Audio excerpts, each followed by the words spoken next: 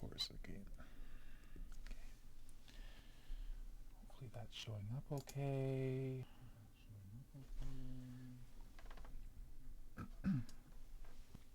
Switch that off. Okay, so maybe I should type in here.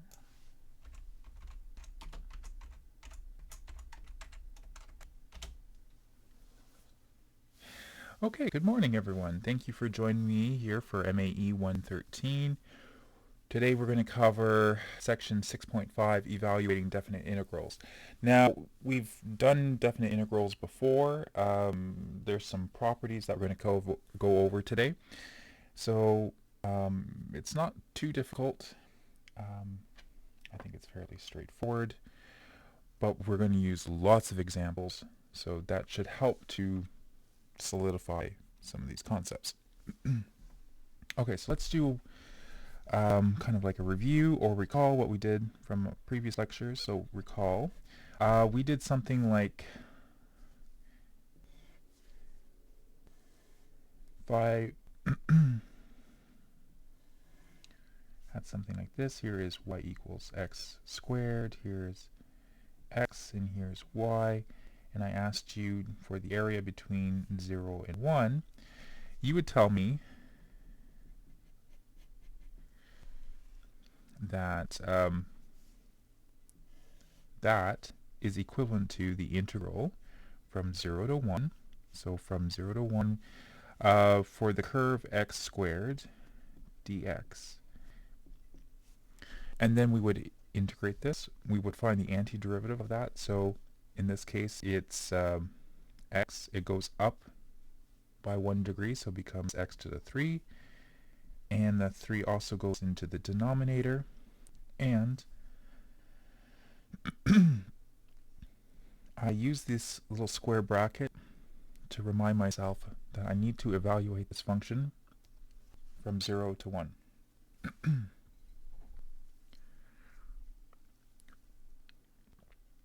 I'm sorry, I'm trying to not cough into the microphone today, but it might happen still. So, beware. So what we do now is we plug these values into it. So we start out, we use the top one first. So essentially what this would do is it would go from, would calculate it up to 1. And then the next part we subtract, and you subtract that value from 0. So I have 1/3, so substituting in this value in here, so I have 1/3, I have 1 to the 3 minus 1/3 times 0 to the 3. So 1 to the 3 is 1. So that just gives me 1/3 minus, and I have 0 to the 3, so that's still 0. And so my final answer is 1/3.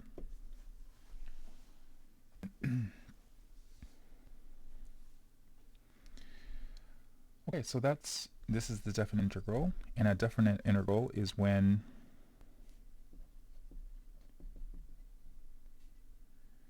definite integral. And this is where we have the limits of integration. So it's where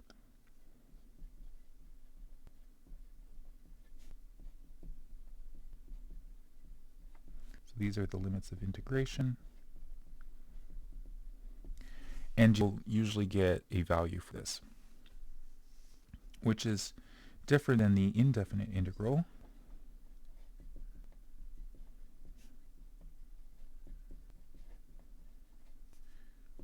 And that's where there are no limits of integration. So in this case, if I wanted the indefinite version of this, it would be the integral of x squared dx, and integrating that becomes 1/3 x squared, or x cubed plus c.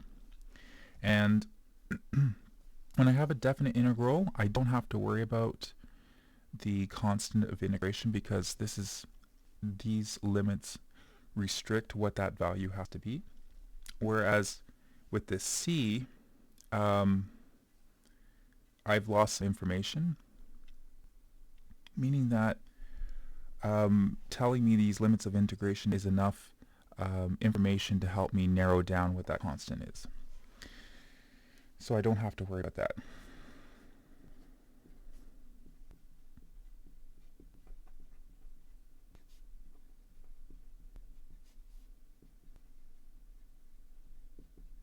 So don't worry about that constant c.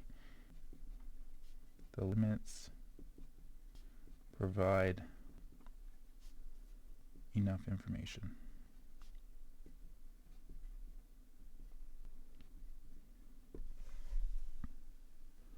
Right, that's what we've established before, that when we integrate, we've lost some information.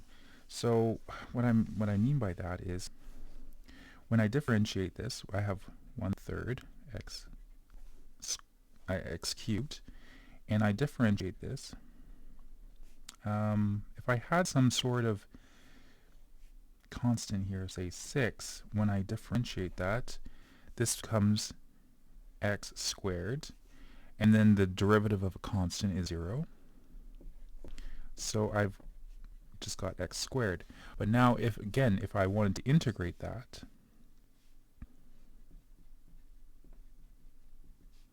that becomes 1/3 x cubed plus, and at this point I would have no more additional information, so I don't know what that constant could have been originally, so we just put c. And that's all that we can do for an indefinite integral. But if we have the definite integral, that's enough information for us to kind of not have to put the ambiguous constant. Okay.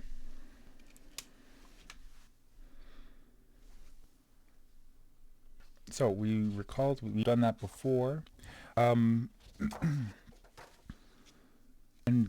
from previous lectures, problems where we have to find what that constant c was what we called initial value problems, and we covered that in section 6.1.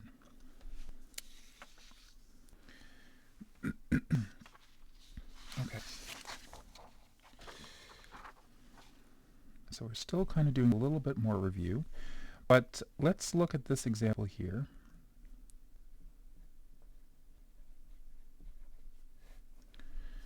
What we're going to do is we're going to do the example, the integral of x times the square root of 4 plus x squared dx from 0 to 1. And this is where part of the review is we're going to need to use substitution. And with these limits, it makes it a little bit more difficult. So what I'm going to do is along this, on the side here, I'm going to actually just do the indefinite integral at the moment.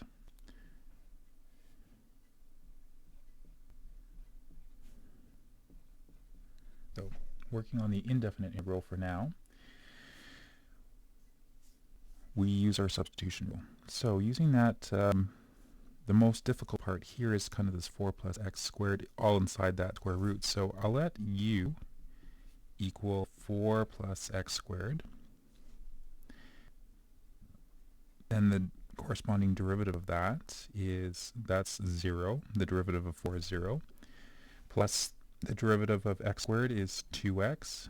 And we have our differential dx.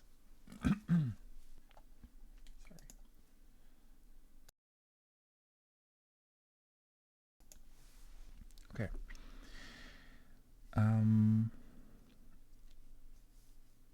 So just I'm just going to rewrite this. So I bring the square root in front, and then I have x dx.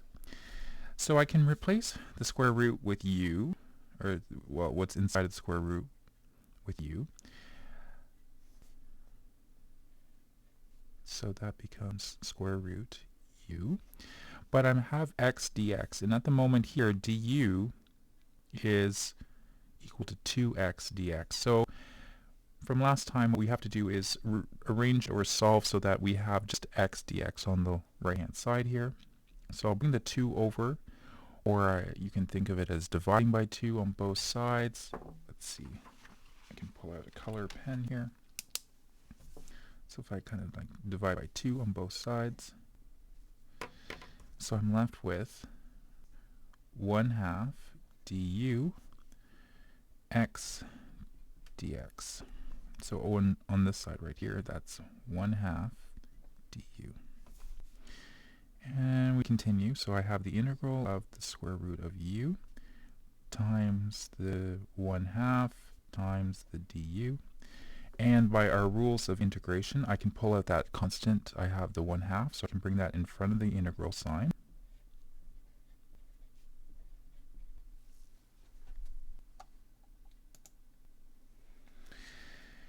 And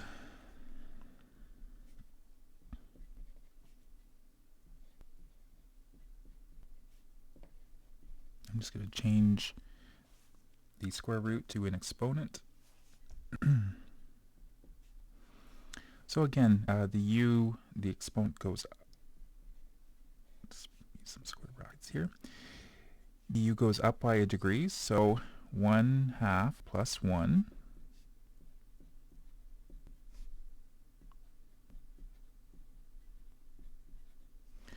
So the 1/2 going up 1 is 3/2.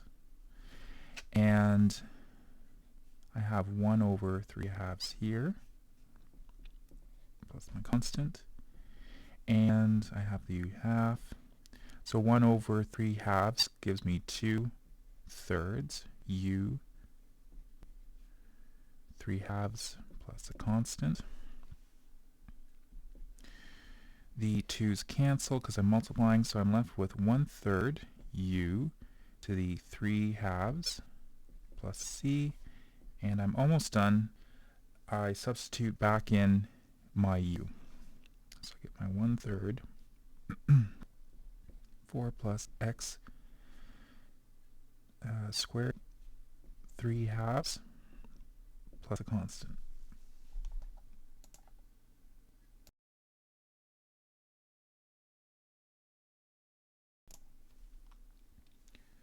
Okay, so we've got the integral for x square root of 4 plus x squared dx. And that's equal to 1/3 4 plus x squared, and all that. Okay, so that's on the side here. I still have to solve for the integral of 0 to 1 x times the square root of 4 plus x squared dx. That's okay, because I've already solved what the antiderivative should be, and it should be 1/3 times 4 plus x squared all to the 3/2, and I don't have to worry about the constant because I have my limits of integration, and that goes from 0 to 1. Now I can substitute in my values. So again, it's the top limit minus the function at the bottom limit. So I have 1/3 times 4 plus, and I have 1 squared all to the 3/2 minus 1/3 4 plus, and I have 0 squared all to the 3/2. And then we just kind of do some simplification.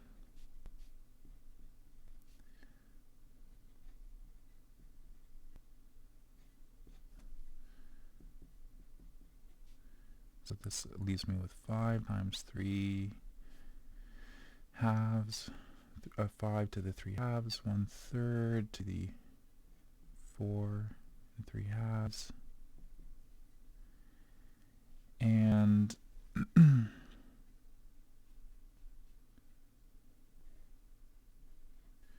5 5 cubed is 125. And I take the square root of that, minus 1/3 times 4 cubed is 16 times 4 is 64. So it's, and then I have the half, so that's the square root of 64. Can I simplify that? 125 divided by 5 is 5.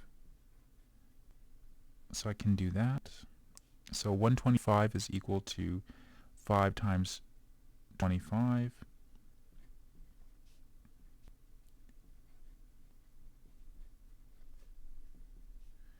Square root of 25 is 5, so I'm left with 5 times root 5 over 3 minus square root of 64 is 8 over 3. And if you really wanted to, you could factor that out so that I'm left with 5, 1/3 times 5 root 5 minus 8. And so that's our final answer. So the integral of x times the square root of 4 plus x squared dx from 0 to 1 is equal to 1/3 times 5 square root of 5 minus 8.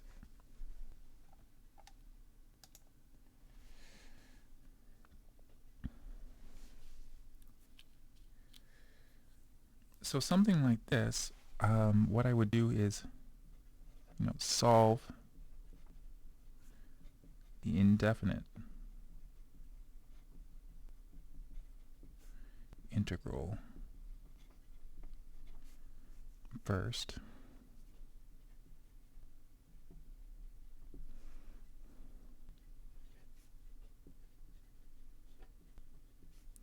And then once you have the antiderivative, plug the limits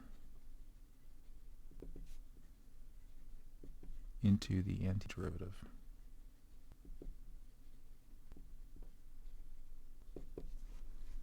Okay, and that's it. Let's do another example.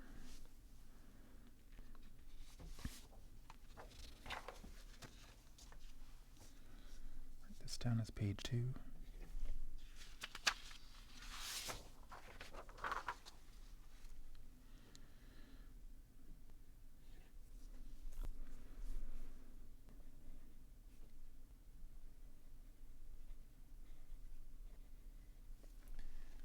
So here's another example. What we're going to do is evaluate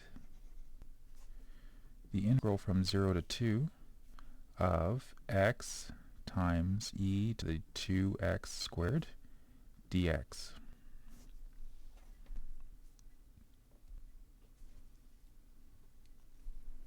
So again, I'm going to do this as a two-step process. I'll find what the antiderivative is with the indefinite version first.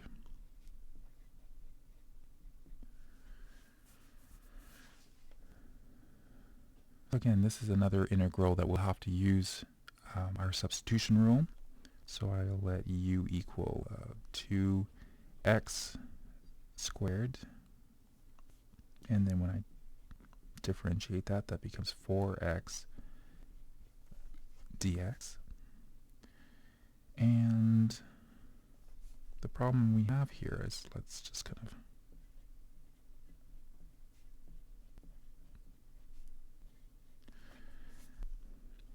I can replace this with my e to the u, but at this point here I have x dx, so again, bringing the 4 over to the other side, I get 1/4 du is equal to x dx. And now I've matched our x dx, so that's equivalent to 1/4 du.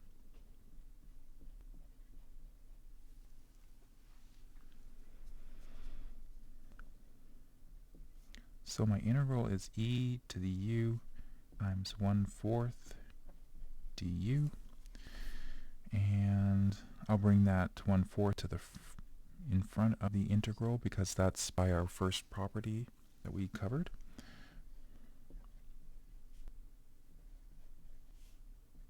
And this is nice because the integral of e to the u is e to the u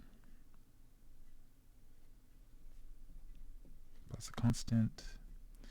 And now we get to the point where we substitute back in what our original, we substitute in what u is, so it's e to the 2x squared plus c.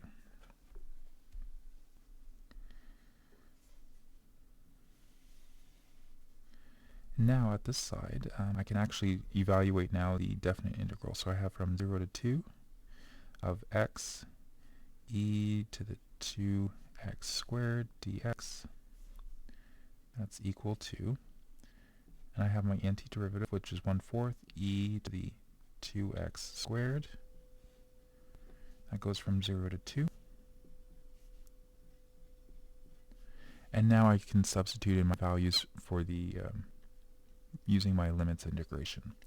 So I have 1/4 e to the 2 times 2 squared minus 1/4 e times 2 to the 2 times 0 squared.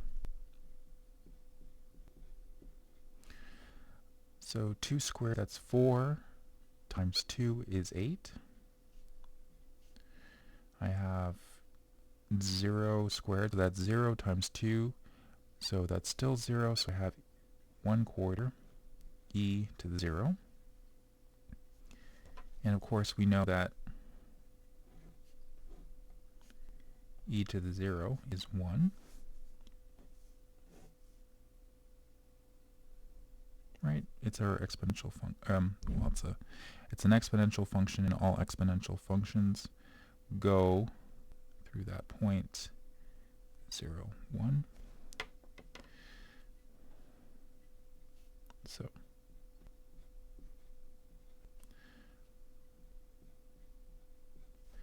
and to clean that up a little nicer, I can factor out that 1/4. So I'm just left with e to the 8 minus 1. And there's my final answer for the integral from 0 to 2 of x times e to the 2x squared dx.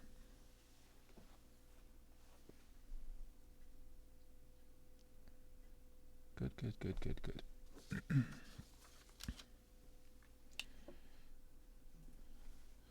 If there's any questions, feel free to type it into the chat window, or you can tell me to slow down or to do another example. So just feel free to use the chat if you're in the here. If you're watching this at a later date or at a later time, I'm also realizing now that everyone is all across Canada now, so people are in different time zones, so probably 8 a.m. Eastern Standard Time is not so great for people out on the West Coast. So again, if you have any difficulties with the material that we're covering, feel free to send me an email and I'll be able to write you back something. I can either send you a written, scanned copy of a solution or something like that. So we're just always an email click away.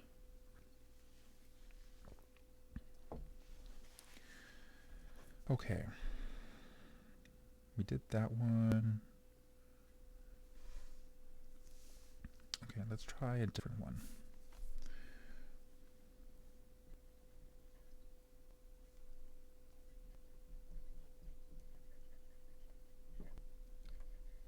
So we have an example here. We're going to evaluate.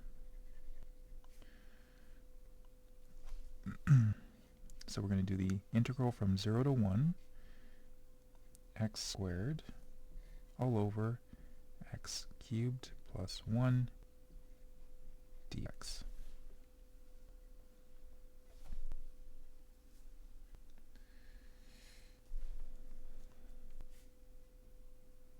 And again, I'm going to solve the indefinite version first, so that I have x squared over x cubed plus 1 dx. What I'm going to do is I'm going to let u equal what's in the denominator here. So I got x cubed plus 1.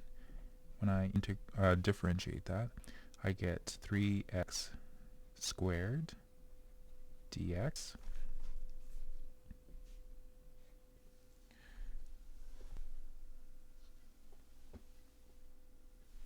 Okay. And I'm going to just kind of separate this into two fractions.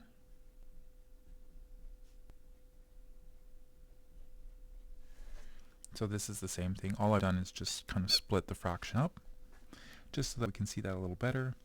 And as you can tell here, I really wish to replace this with du, but if I replace that with du, I have that equals 3x squared dx.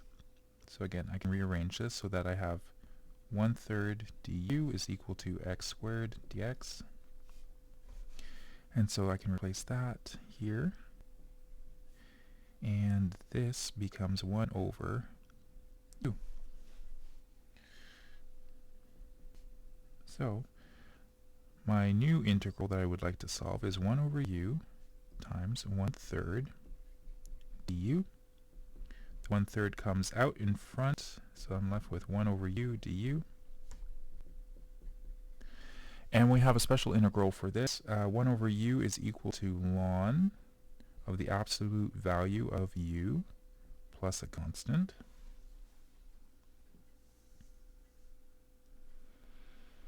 And then I've integrated that, and I just need to replace what u was so that I have it back in terms of x.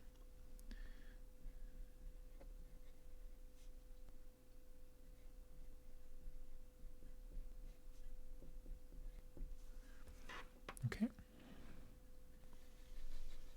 So I'm not done yet because the original question again says I need to integrate the definite integral, so it needs to be from 0 to 1.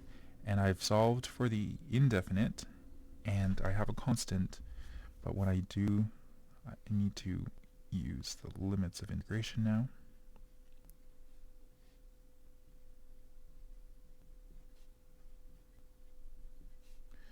And using this function, I have 1/3 ln of x cubed plus 1, and I'm going to integrate from 0 to 1.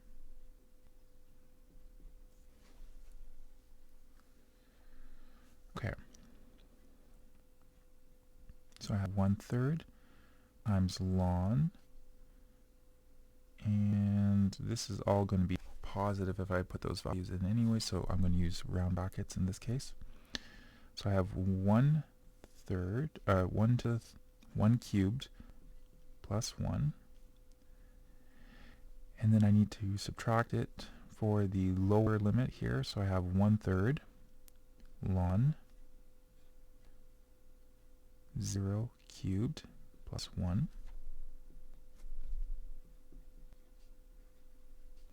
So 1 cubed plus 1, that gives me 2 minus 1/3 ln. And I have 0 cubed plus 1, so that's still just 1. And remember from when we covered logarithmic functions, the ln function is the inverse function of the exponential function. So with the exponential function, it crosses the y-axis at 0, 1. And if we are looking at the inverse function, which is the logarithmic, then these flip. So instead of crossing at 0, 1, this crosses at 1, 0. Which means that ln of 1 is 0. So this whole term goes to 0, so I'm left with ln 2 over 3. And that's it.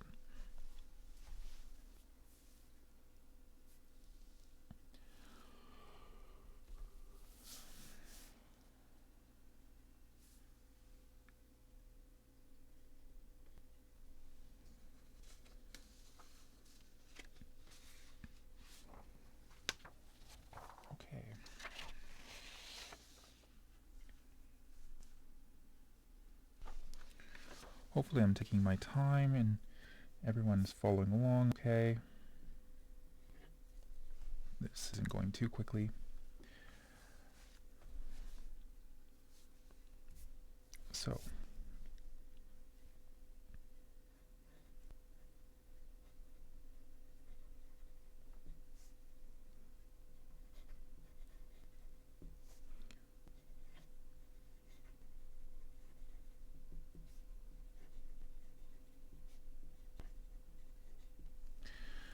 properties of definite integral. So there's some things that we can use to kind of quickly calculate things. It's kind of important that we're going to go through them, partly because they're good questions to ask on an exam, especially in terms of multiple choice. These are good for testing concepts, and with us kind of going on an online version, there's probably you might be tempted to look up stuff, but this is going to be testing sort of concepts that you should already know, and something where a calculator or other resources that might be tempting to you might be available that are not likely to help you. You will have to understand what we're doing. So again, properties of a definite integral are likely to be good questions to ask for multiple choice questions. So properties of the definite integral, what I'm going to do is we'll probably be using two functions. I have f and g, and in the textbook they say let f and g be integrable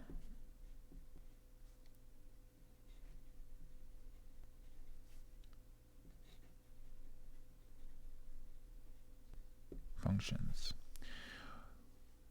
When we were covering the derivative, we were looking at, we would say something along the lines of a function is differentiable. That meant that we were able to take the derivative at any point on that function. Same thing here for f and g. It's saying that we're looking for functions that we're able to integrate. And so what does that mean in this course? In this course, we're mainly working with continuous functions. And a continuous function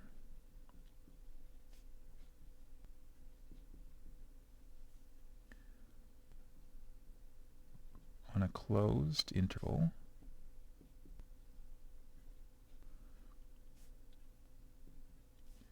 is always integrable.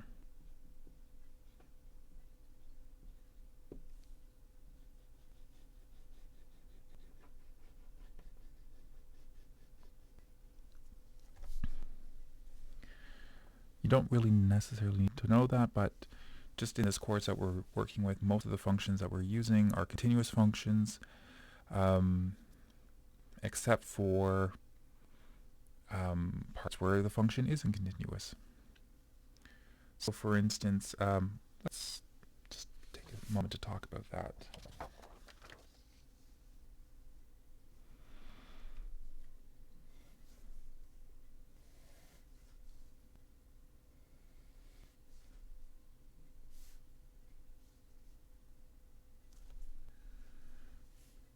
For instance, here is the function y equals ln x, and I have x, and here's y, and we know that it crosses at 1 here.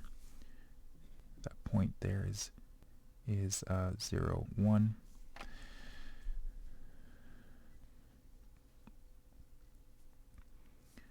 And we also know that for ln x we have a vertical asymptote, that it can't actually touch 0 here. So it's continuous, but it doesn't include this 0 part. So again, where the function is continuous, we can be able to integrate, but as we get closer to this, it kind of gets a little dicey. So we're able to kind of, where the functions are defined and they're continuous, I can find the area under that, which is perfectly fine. So from, say, 1 to 2, we could find something like that. But if you started to write something like the integral from 0 to 1 of ln x dx, that's no longer integrable. So that was just a quick aside. But, functions, we're mainly working with continuous functions, but if we had something like that reciprocal function, we wouldn't be able to integrate up to 0. So usually we'd pick something away from 0. We could integrate from, say, like 1 to 2 here. But again, if we want to integrate something like this, we can't integrate over basically a discontinuity. So again, a continuous function on a closed interval is always integrable.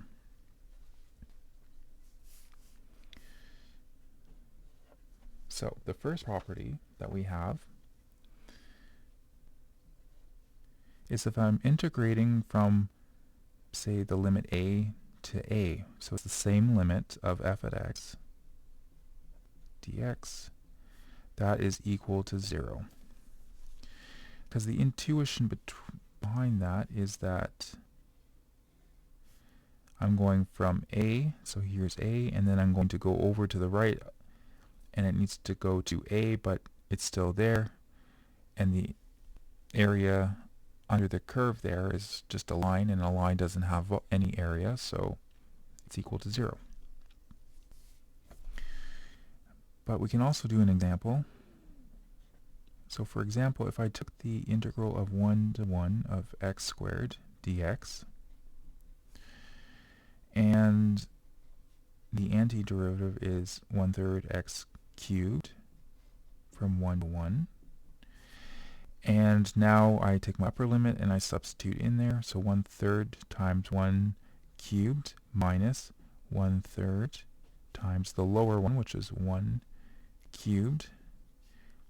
These are both the same, so I have the same thing minus the same thing, so that equals 0.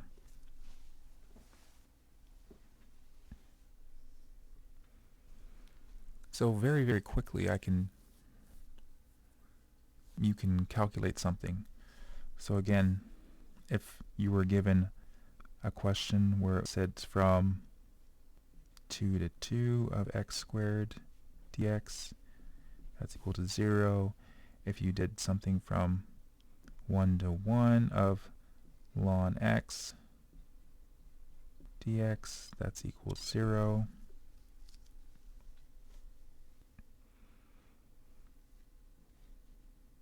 Let's say 10 to 10 of square root of 1 plus x squared dx, that's still 0.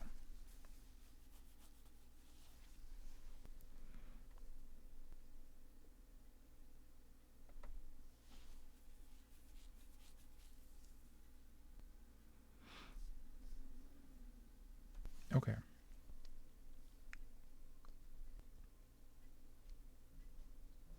Let's move on to the second property of it. This one says that if I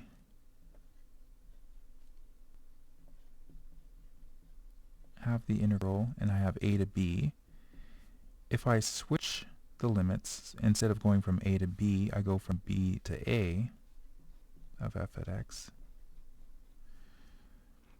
the relationship to ensure that there's equality is that it's the negative.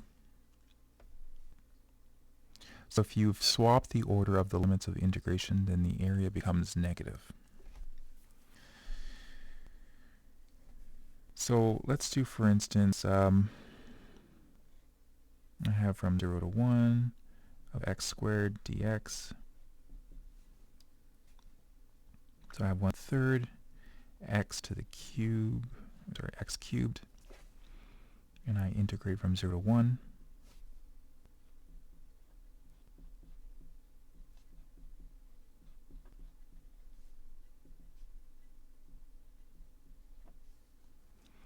I'm equaling 1/3. But if I switch the limits of integration, I go from 1 to 0 of x squared dx. When I substitute that into the antiderivative, so I'm going from 0 to 1, I get 1/3 times 0 cubed minus 1/3 times 1 cubed. This is equal to 0, so I have minus 1/3 times 1 cubed is still 1/3, so that equals minus 1/3. So therefore, if I switch the limits of integration, I get a negative answer. So that's one of those properties that's kind of useful sometimes. Let's do, so I've done the limit from a to a is equal to 0. If I change the limits, if I swap the order, then it becomes negative. The next one is dealing with a constant. So if I had, say, from a to b of c, which is a constant, of f of x dx, that is equal to c times the integral of a to the b f of x dx. And again, that's it's this almost the same thing as our second property that or our first property that we're using for integrals for the indefinite integral, which was that the integral of c f of x dx we can factor or pull out the c in front. So what we're saying here is it also still applies to the definite integral. So if I did my example here, which is if I go from 0 to 1 of 2 times x squared dx, so I'm kind of just showing an example. I'm working on the left-hand side here. If I integrate that, or if I find the antiderivative here, that's x cubed, and then the 3 goes into the denominator. We're working from 0 to 1, so I'm left with 2/3 times 1 cubed minus 2/3 times 0 cubed. I have 1 cubed, that's still 1, so I'm left with 2/3. And 0 cubed, that's 0, times 2/3, that's still 0, so I don't bother writing the minus 0. So the integral from 0 to 1 of 2x squared dx is equal to 2/3. Now let's calculate what would be the case if we did it like the right-hand side. So I bring out the 2 in front.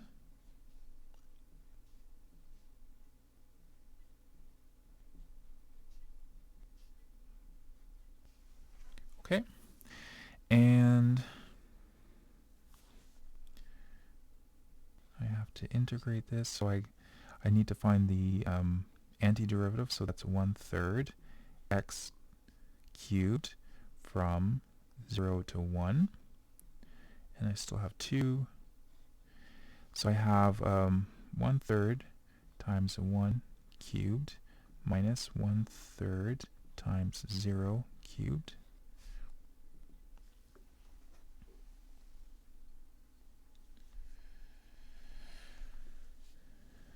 And I'm left with 2 times, so I have 1/3 times 1 cubed, so that's just 1 cubed, minus 0.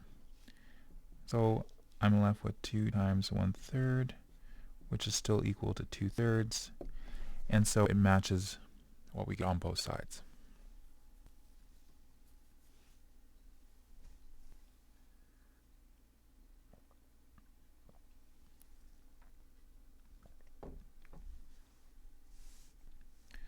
Okay, so we've done 3. So we've done, if the limits are the same, it's equal to 0. If I switch the limits, it's equal to the negative of it. The third one is telling me I can pull out the constant in front, and it doesn't affect it.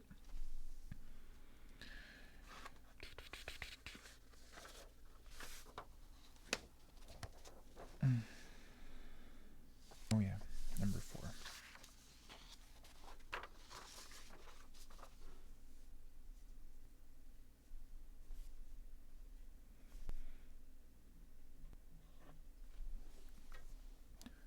Now usually when we're doing this in math, we're not labeling them with numbers or something like, oh, this is, we're just kind of applying, these are kind of just properties, and we just apply them, not necessarily without without stating them, but we don't actually have specified numbers. Usually we just apply them, and these are more common rules that most people follow.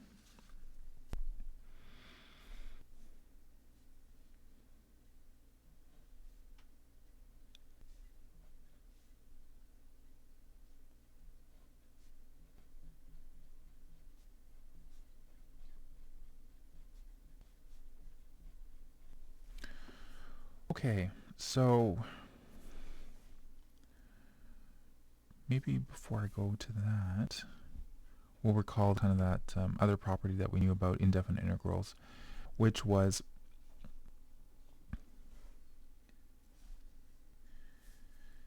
if I had f of x plus g of x dx, that's equal to the sum of the individual integrals.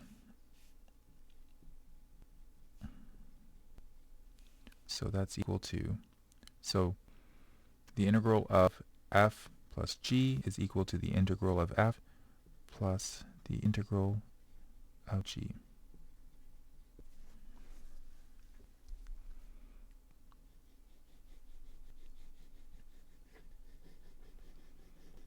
So the same thing applies for the definite integral. All we're going to do is just kind of add some limit of integration on each of those, and that's the new property that we're going to use. So that's equal to the integral from a to b of f at x dx plus the integral from a to b of g of x dx. That's it. So what we can do is we're going to do an example. So let's do the integral from 0 to 1 of x squared plus x cubed dx. So when I integrate that, it becomes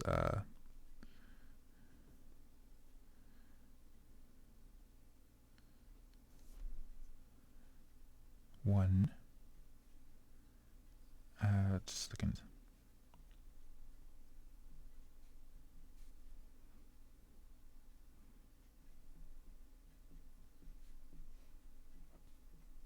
Just like that. So again, integrating it, x squared is 1/3 x cubed plus the integral of x cubed is 1/4 times x to the 4th.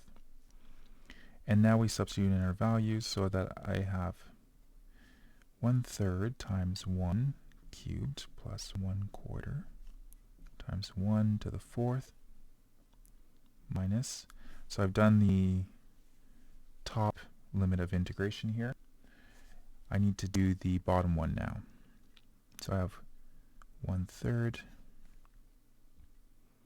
of 0 cubed plus 1/4 times 0 to the 4th.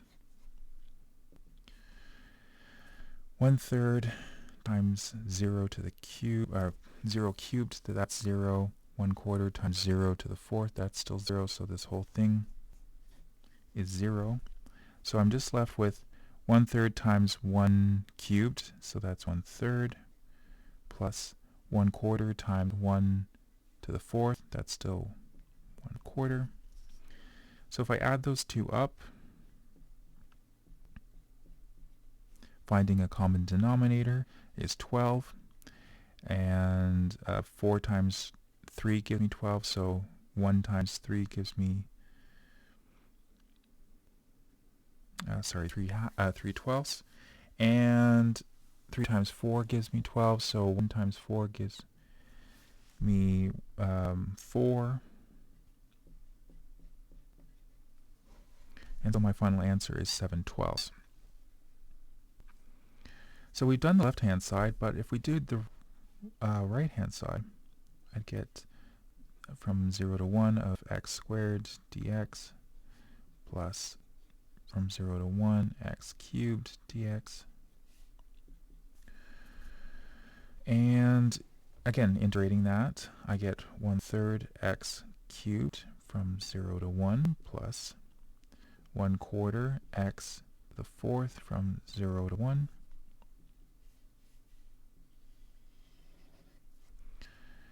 And I get, just substituting in my limits of integration, I get 1 times 1 cubed minus 1/3 times 0 cubed plus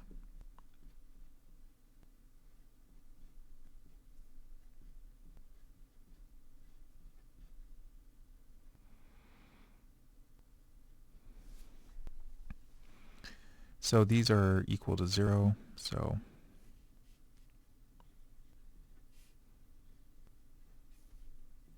I'm left with 1/3 times 1 cubed plus 1/4 times 1 to the 4th, which again is equal to what I had originally, so that's 1/3 plus 1/4, and again, so that's equal to 7/12.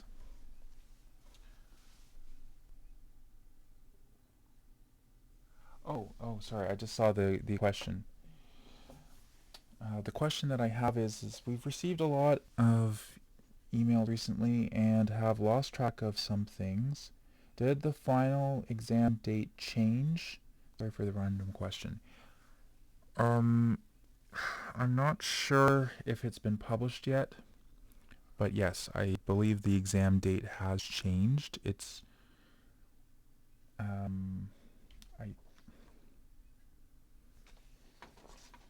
I'm not sure yet. I'm not sure if it's been published, but let me double check. Just a second.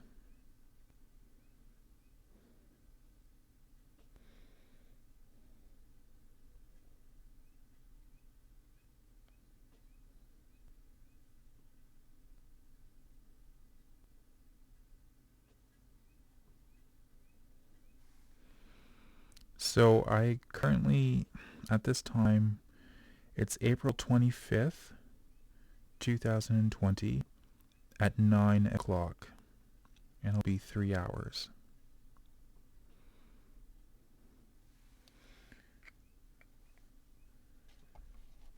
Now, I'm not sure if that has officially been published or yet, but that's what it's been tentatively, so yes, it has moved to a later time.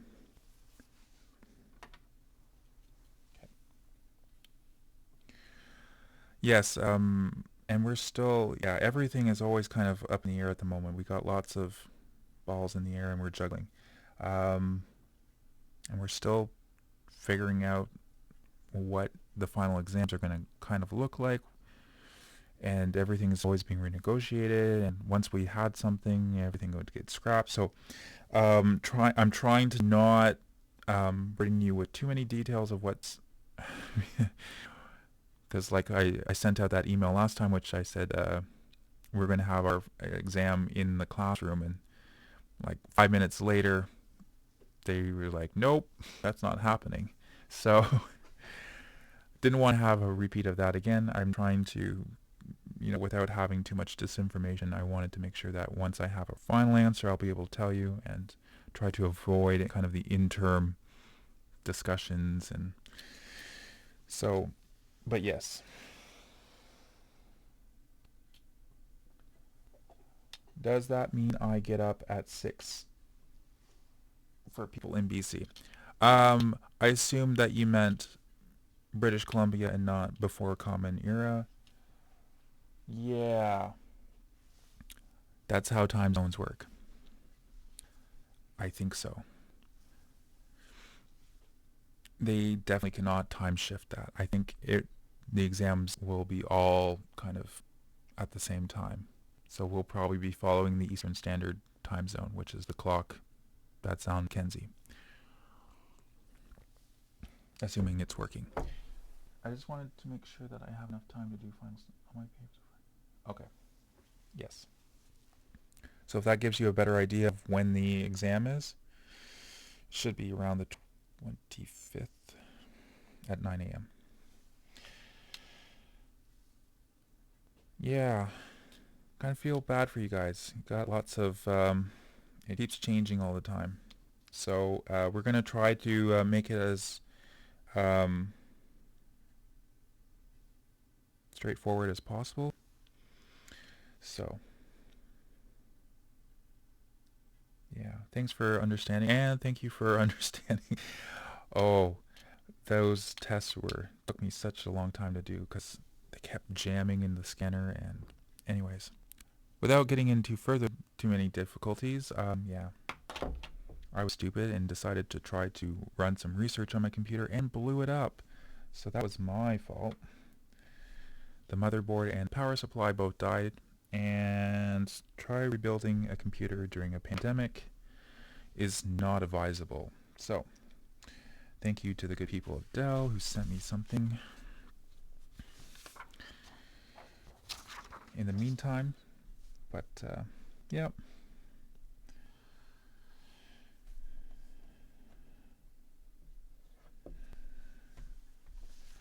That's why paper doesn't catch on, well, yes, it does catch on fire, but I mean,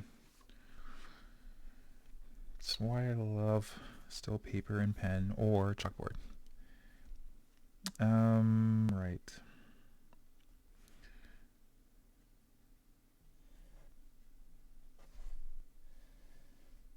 This one also kind of seemed a little obvious. If I have some function here, I want to integrate under this function f at x here. And I want to go from a to c. So if I wanted to integrate that from a to c of f at x dx, I can actually split this up so that I can have, say, something along the line of b here. So this is assuming that a is less than b is less than c.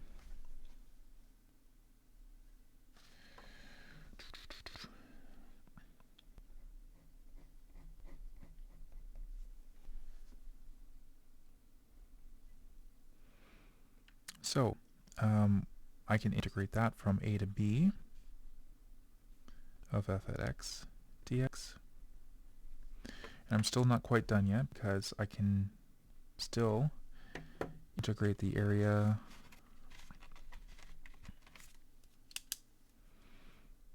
here.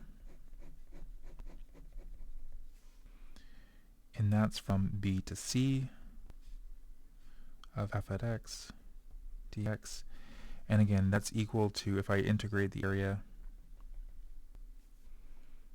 of a to b, and then also from b to c, that's equal to integrating the area from a to c.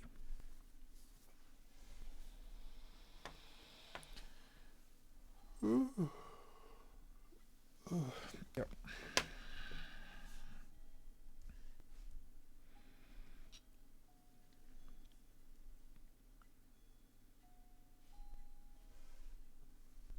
That up a bit. So what I want to do is I'm going to integrate from 0 to 2 of x squared dx.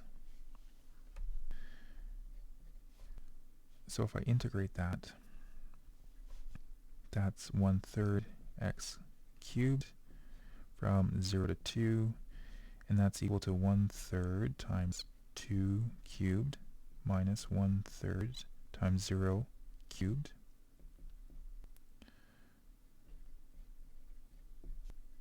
times 0, so that's equal to 8/3,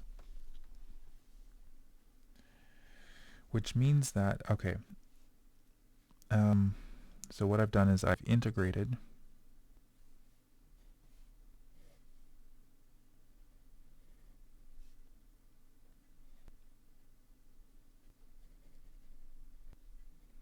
that area. I can also, this is also equal to integrating it from 0 to 1 of x squared dx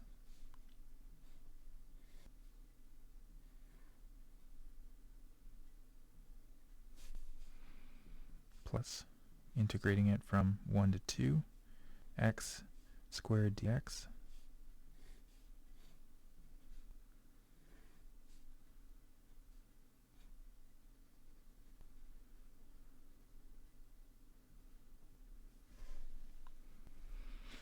and then if I add those two together, I should get the original area.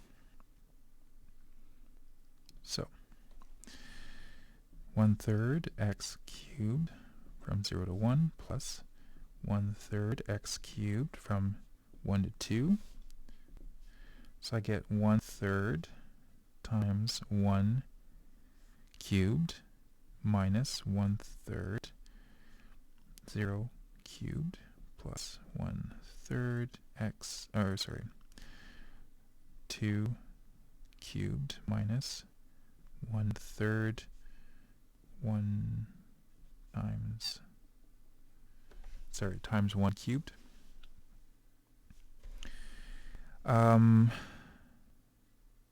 This is equal to 0. This cancels because I have that minus that. So I'm just left with 1/3 to the 2 cubed, which again equals 8/3. So again, it matches what we have on the left-hand side as well as on the right-hand side.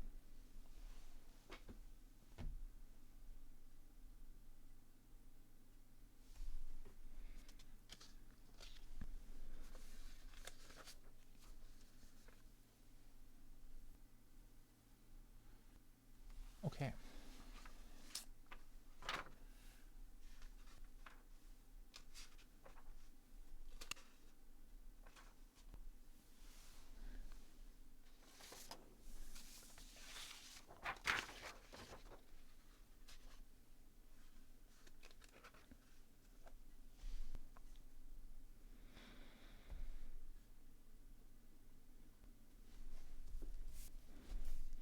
So now that we've done all of that, let's look at an application. So for instance, I have the average value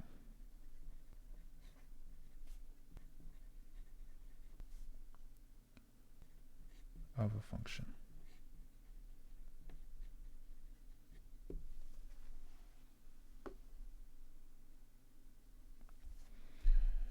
So again, so supposing that a function f is an integrable function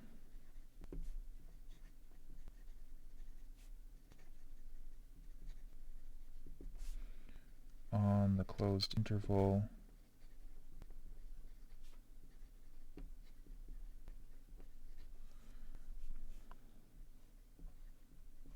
AB,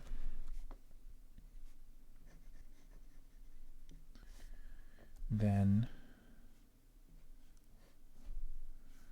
1 over b minus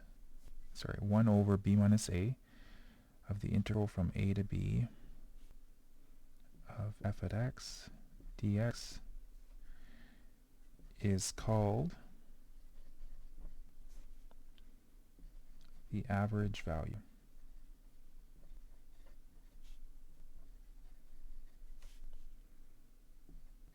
of the function f over AB.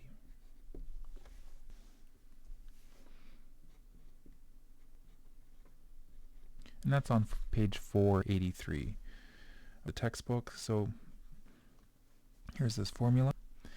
And we can find, say, average values of a function.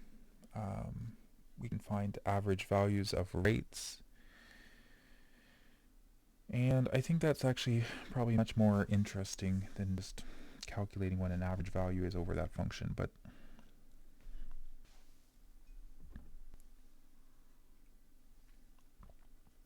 so let's just kind of go through one of that example. We have example 6. That's from their textbook 484.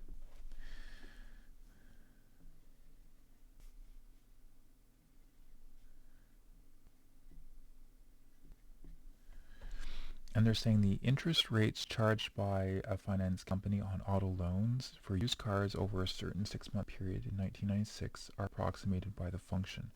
Okay, so I'll just say that just to kind of give, there's interest rates.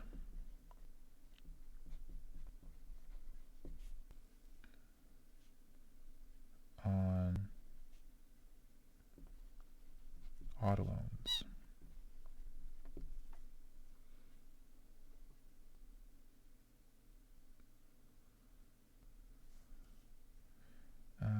And this is over a 6-month period.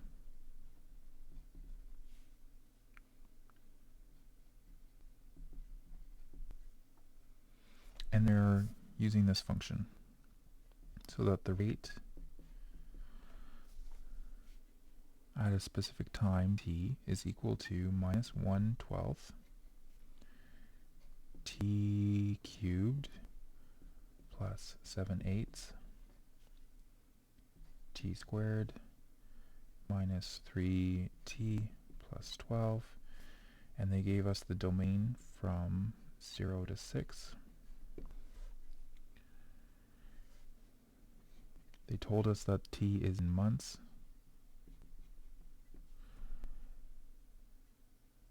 and RT is the annual percentage rate.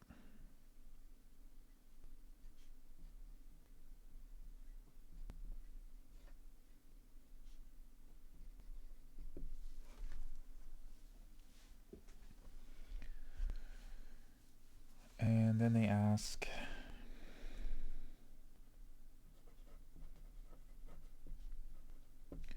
what is the average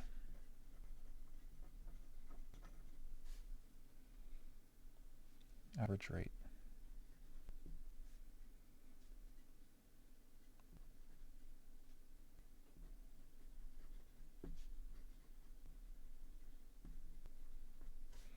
Over the 6-month period.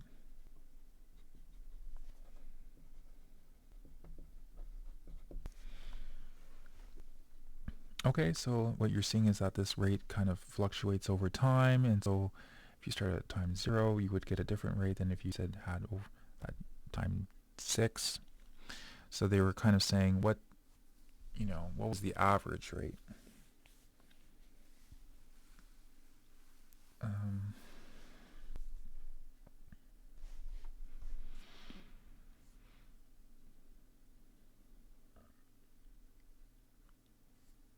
So what we do is we apply our formula.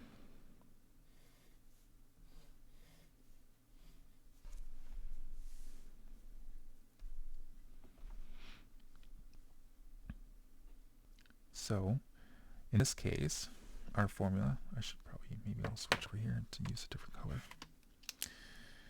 So our information we have is over the closed interval from 0 to 6. So in this case, A is equal to 0 and B is equal to 6. And then our function, f at x, in this case is equal to RT.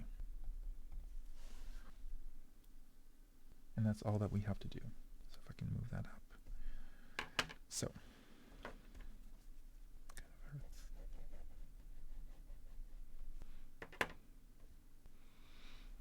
So then the average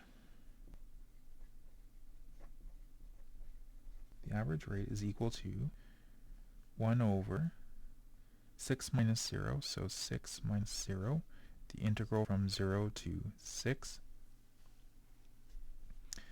of minus 1/12 t cubed plus, and I'm just writing out that function again, making sure I don't make a mistake while I'm copying it out again, and it's not dx, it's dt, because we're working with time.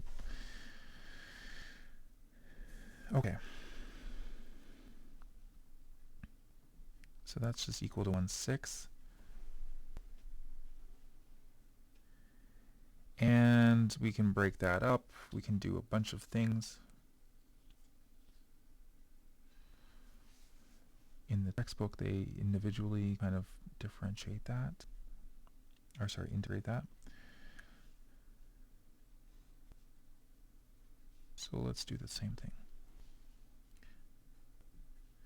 So we'll work on this first term here. We have t to the t cubed, so it goes up a degree. So it goes t to the 4th minus 1. And it's 12 times 4, which gives me 48. Then the next term I have is t cubed. And I have the cube that goes in the bottom, so that will be 3 times 8, which is 24.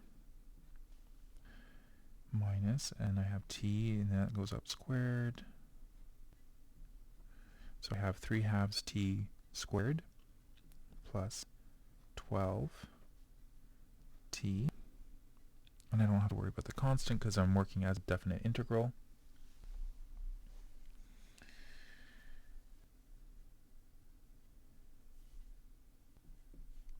So I get 1/6 times 1 over 48 times 6 to the 4th plus 7/24 times 6 cubed minus 3/2 times 6 squared plus 12 times 6.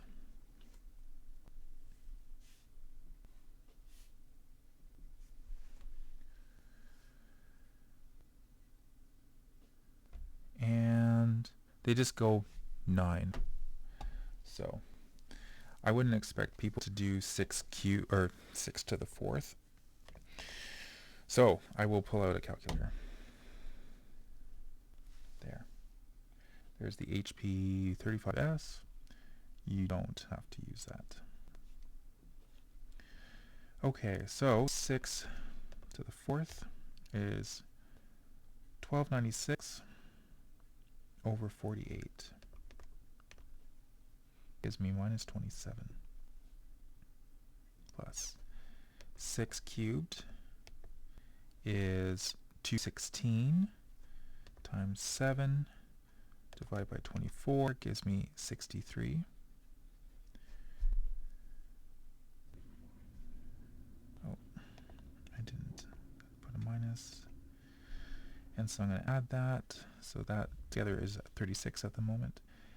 And then I have 6 squared, that's 36.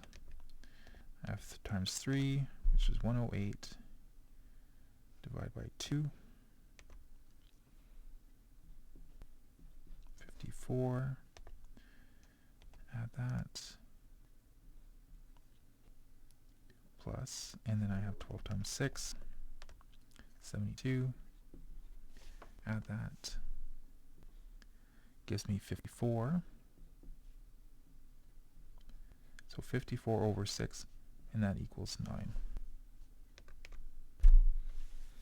Perfect.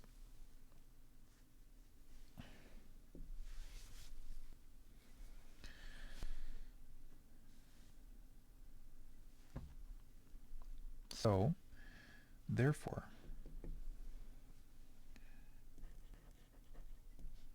the average rate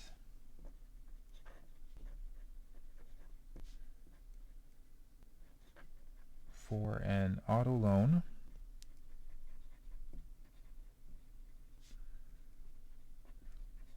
the 6-month period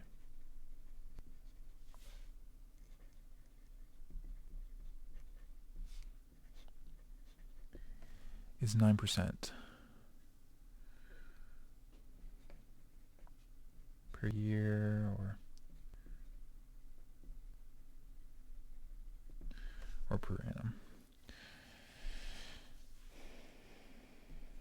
Okay. So the lesson here is don't finance a car in the 90s. Well, yep. Although if you were able to go, in the 90s, yeah. I thought it meant go back in the 90s to get an car loan. Yeah, and that was a used, on a used car. I'm not sure what it was, how realistic that is, but yeah, basically in the 80s, interest rates were really, really high, especially after, I think, the crash in 1987, and then it kind of got better, and now you're able to find car financing for like a new car for like 3% now. So this,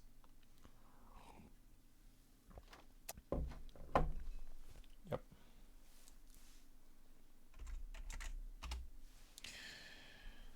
Okay.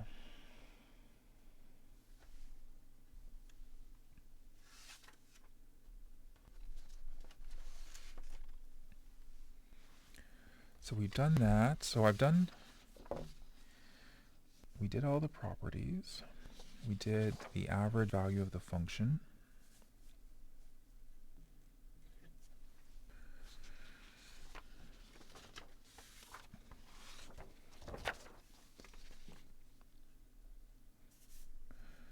Yes, and the other thing too, hopefully you all have lots of paper. I mean, we're not quite desperate yet. I mean, if I start writing on the back of Chinese takeout menus, yeah, then you can start to be a little worried, but we got lots of paper, so I don't have to worry about that.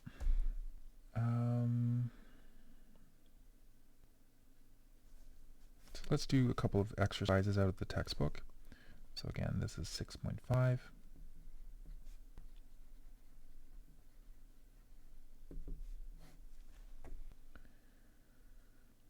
And let's say number 3. Let's do the integral from 0 to 1. Oh, I need to put my glasses on. Yep. I haven't eaten out, like takeout or anything, in like 3 weeks. I'm missing sushi.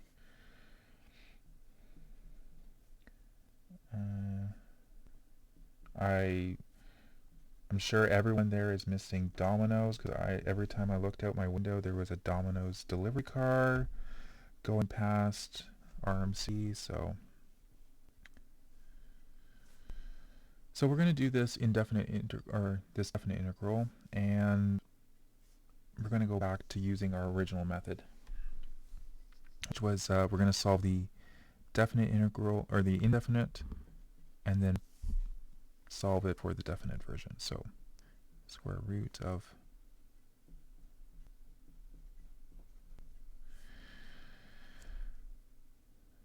so I have the integral of x square root of 5x squared plus 4 dx.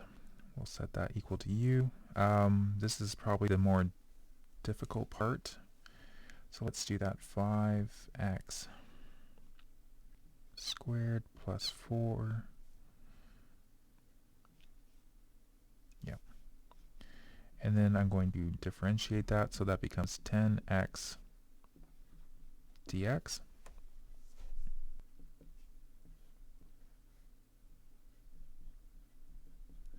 Just rearranging it. So again, this is what I would like to be able to replace du by, but I can't.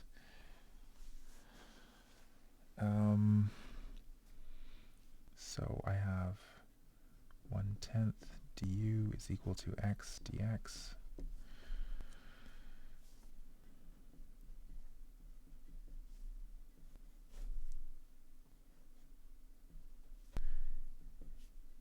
keep going through this.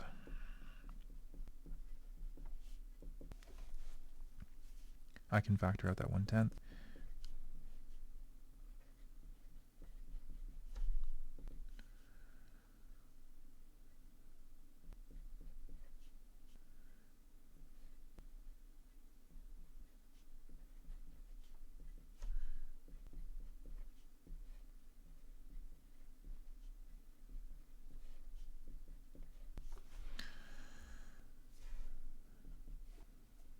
Okay, I'm almost done.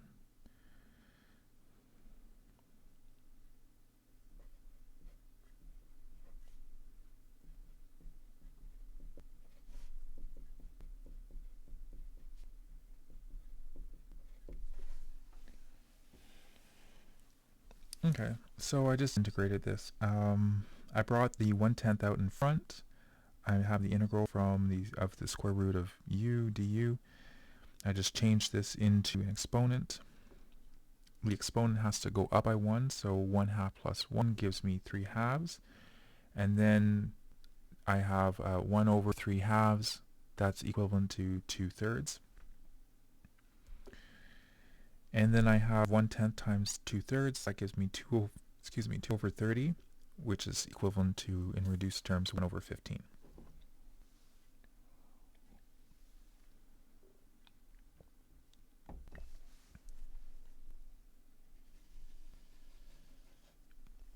So now I have my antiderivative from 0 to 1 of x square root of 5x squared plus 4 dx.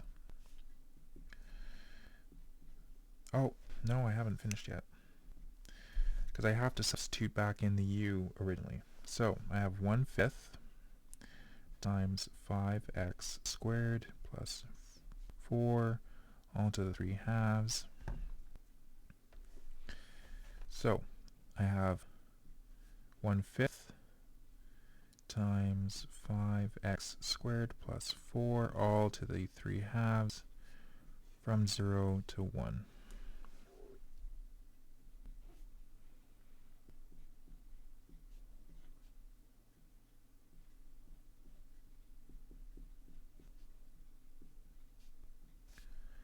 So I've substituted in the top limit here minus the bottom limit.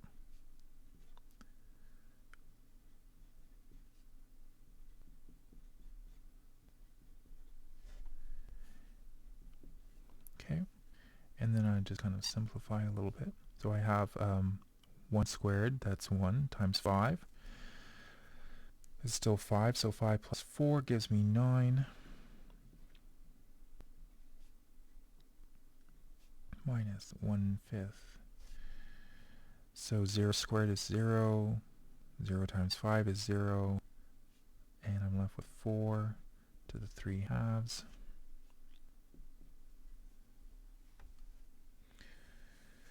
Whoa, 9 cubed is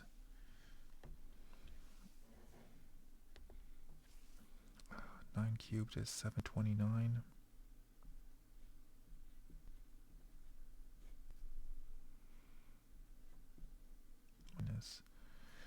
And 4 cubed is, 64. Square root of 64.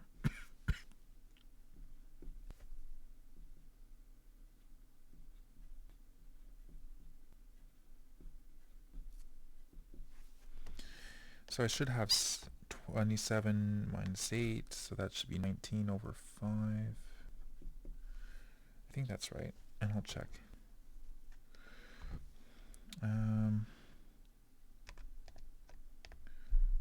Square root 27, good. 64 square root, yeah, should give me 8. 27 minus 8 gives me 19. Good. So that should be it. And if I check in the back of the book,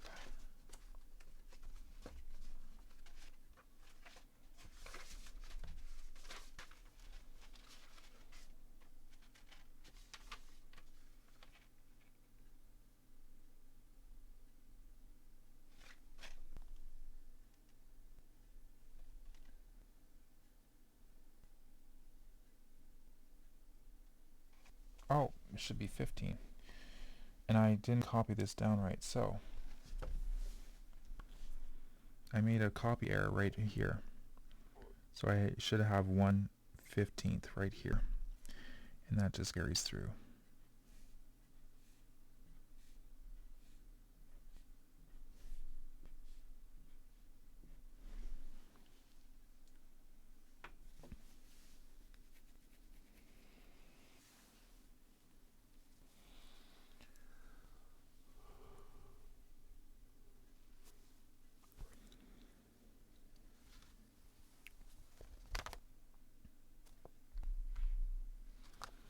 Okay, so if there's any more questions, I'll just hang around. I'm so glad that you did that. Oh yeah, sorry.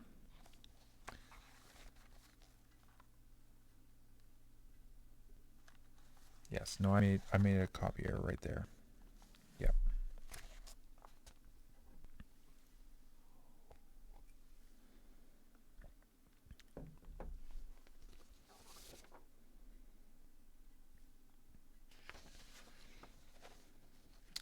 Yep. So we covered quite a bit of material today.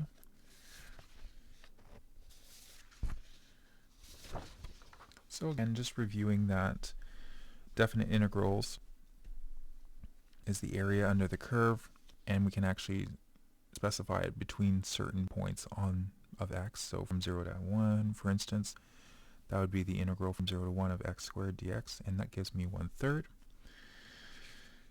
We had the difference between definite and indefinite. So with definite, there's limits of integration. If it's indefinite, there are no limits of integration, and usually it'll have a constant c. When we're solving the definite integral, we can solve the indefinite version first if we have to use substitution. So here I'm doing a substitution rule here. I'm finding the antiderivative, and then I'm plugging in the values of the limits into that antiderivative to get my final answer. Again,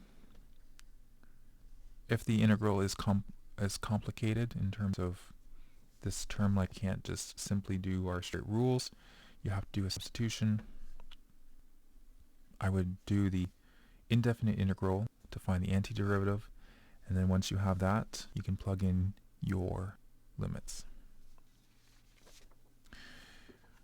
The properties, again, these are important because again we can test them really quickly with multiple choice questions.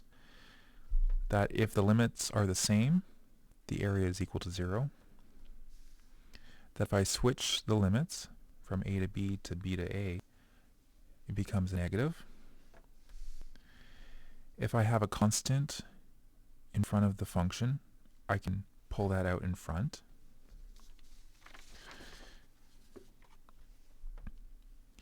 If I have the integral of the sum of two functions, it's equal to the integral of the two individual functions. And also, this also holds for the minus as well. So it doesn't have to be just the plus, it also works for minus as well. Same thing with this version as well. And the last integral, or the last integral property for the definite integral, that if I wanted to do the integral from a to c, that's equal to doing the integral from a to b plus b to c.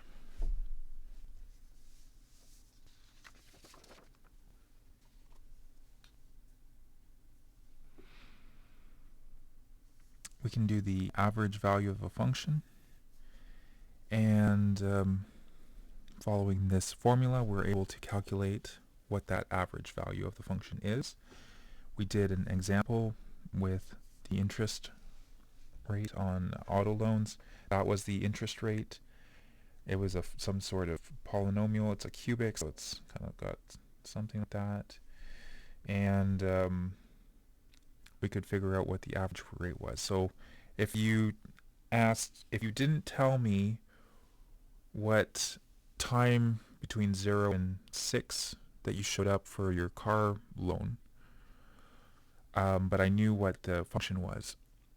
My best estimate of what rate that you probably got was around 9% per year, because that's the average. And that's what I would expect if you didn't tell me what month that you went in to get your car loan. And then we did an exercise where I screwed up, and that was due to simple copying error. So make sure that, again, just watching when you're copying an exercise out of the textbook, make sure that it is matching. And again, some of the superscripts and the subscripts or the exponents are kind of difficult, at least for me, so I have to be very careful. And then copying between steps can lead to error. So again, I made that small error of 1/15 turned to 1/5, and then it didn't match the answer. So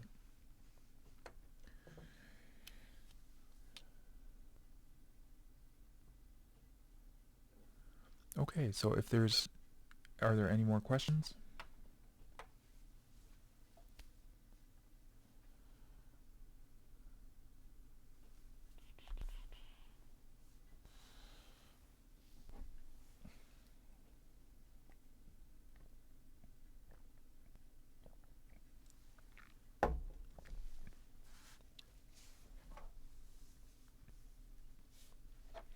Okay, so what I would say is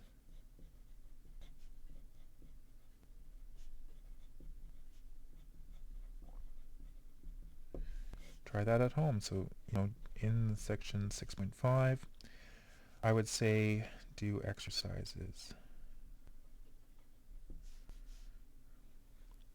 Let's do, say, 5, which is very similar to what we just did. Do something like number 7. Let's do 15. And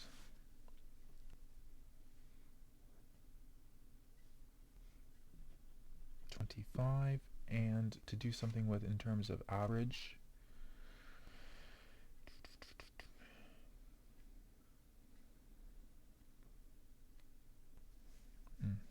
so this is kind of just a straight find the average, which is 33.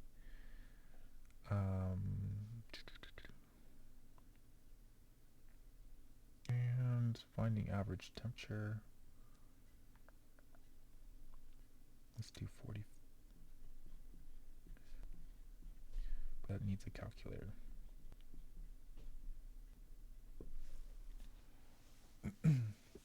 So I would say that now that we've done this lecture, try 5, 7, 15, 25, 33, 45. And these are all odd answers, so just check at the back of the book. And tomorrow we'll take some of those up. Okay? Thanks all for joining me. And again, if there's any questions, send me an email. You know what my email is. I'm probably not going to say it online, but you know how to reach me. Send me an email. Again, our next class will be Friday. It's 2:30 to 3:30 Eastern Standard Time, and we'll be broadcasting at the same place here on YouTube and my channel. I'll send out probably another email again with a link, so just in case. Again, thanks all for joining me, and enjoy the rest of the day.